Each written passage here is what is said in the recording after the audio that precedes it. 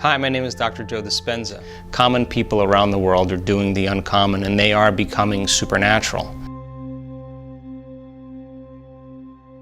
There are 4 states of consciousness. There's wakefulness, there is sleep, there is dreaming, and then there is the transcendental moment. Most people spend the majority of their lives living in the first 3 realms of consciousness. And the last state of consciousness, the lucid transcendental moments, seem to be rare occasions that sneak up on us, where we're more awake in a dream than we are in the 3-dimensional reality we live in. Are these rare moments reserved for coincidence, when we pierce through the veil of our own conditioning to get a greater glimpse of the world we live in? Some people spend the majority of their lives trying to replicate that experience. I want to continue your understanding of how those tiny microcrystals that become electrically activated can begin to oscillate and pick up frequencies that are beyond the senses. This is when the pineal gland becomes like a radio receiver, capable of transducing those frequencies that carry vital information into meaningful imagery. The breath that we use to move that cerebral spinal fluid up to the brain, the slow, steady inhalation through the nose, and the contraction of the bandhas, the individual intrinsic muscles, coordinated with the breath, locking down those centers and drawing that energy all the way up to your pineal gland and keeping your attention on it and holding your breath increases what's called intrathecal pressure. And intrathecal pressure is the pressure inside that closed system. When you begin to contract those intrinsic muscles, that begins to apply a mechanical stress against those stacked rhombohedron crystals. And once there's a mechanical stress, now they become electrically activated. In a meditation, your eyes are closed, melatonin levels are elevated because your eye is no longer perceiving light. There's an activation of the pineal gland. Once those crystals become electrically activated, now they function like a radio receiver, and they can pick up frequencies that are no longer consistent with visible light. Because once the pineal gland is activated, and now it functions like a radio receiver, and now information in the form of frequency can be received as input into the pineal gland. Pineal gland begins to process it in the thalamus and in the hypothalamus, and the hypothalamus then begins to send signals to the pituitary gland, and the pituitary gland begins to become the output mechanism and begins to release very vital neuropeptides. So when the pineal gland and the brain is functioning in a very coherent manner, it can now pick up a signal, and the orderliness begins to produce a very orderly chemical expression that begins to influence every one of the hormonal centers or energy centers of the body. Let's remember what happens when we do the breath.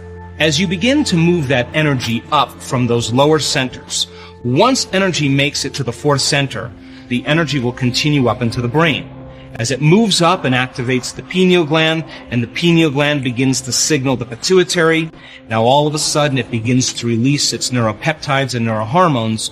We now know that there's an external electromagnetic field. Now, when the person starts to feel gratitude, they're in the perfect state of receiving, and now there's a reverse field that's coming in through the top of the head that begins to draw energy from the field right into the brain, and that frequency is carrying information. And this, then, is when the pineal gland causes melatonin to get an upgrade. And in this article, it's very specific that melatonin is already an antioxidant. But now melatonin gets a very big upgrade. And now the person is going to have profound, lucid inner vision.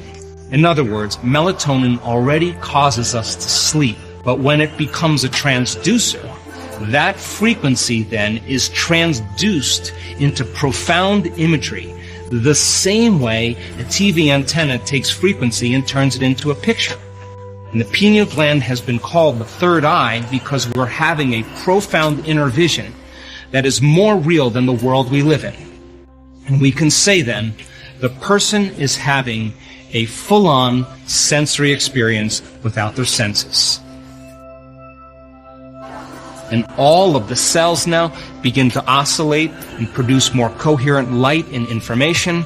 And we could say in one moment, the person's getting a biological upgrade. Information from the field is literally changing the human operating system.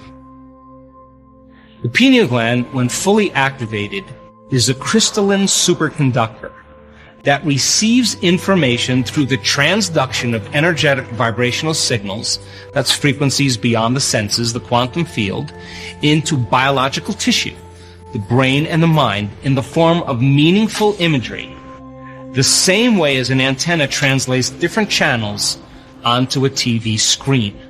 And when the pineal gland is activated, now we have information that's being downloaded into our nervous system that's transcendent of our senses. Now, what's the side effect of that? Here comes the profound mystical moment.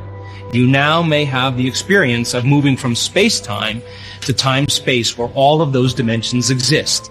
Now you may have the experience of coming out of your body, traveling down a long tunnel of light, your body being filled with energy that you are now perceiving. You may experience a past, present, or a future life that's all happening in the eternal now. When the pineal gland becomes activated, it literally begins to transduce powerful frequencies into meaningful imagery. Now, what's the side effect of that? When the person returns back to their senses, we don't see things how they are. We see things how we are. And since experience enriches the brain, and it does, and experience produces an emotion in the body, when the person comes back to their senses, now their brain is wired to perceive what has always existed. They didn't have the circuits to perceive. And in a sense, our spectrum of reality is broadened. Thank you.